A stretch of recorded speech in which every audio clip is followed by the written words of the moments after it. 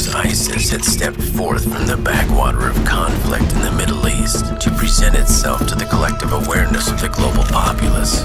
The Black Flag had been successful in removing its obstacles to restore God's rule through brutal subjugation. They seized their first territory in the Levant in the year 2013. In 2014, the group formally declared itself a worldwide caliphate and renamed itself as simply Islamic State. The Islamic State continued to claim territory through the years of 2015 to 2016 in Libya, Egypt, Algeria, Saudi Arabia, and Yemen.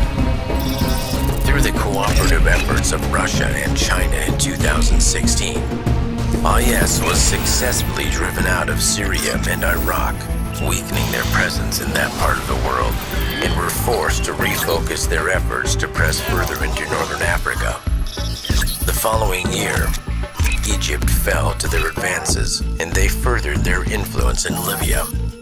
In 2018, IS was successful in forcing Libya completely under their rule of terror, as well as Tunisia and Algeria. 2019 saw the defeat of Morocco and began a full year of terror and genocide across the whole of North Africa. Employing enforced conscription, the Islamic State greatly bolstered their numbers and capabilities during this time.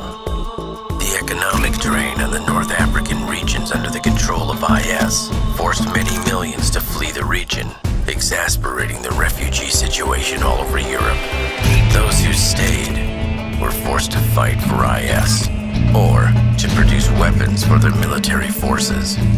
In the spring of 2020, the Islamic State's numbers and strength were greater than they had ever been, and the group launched their invasion into Europe, hitting the southern shores of Spain, France, Italy, and Croatia.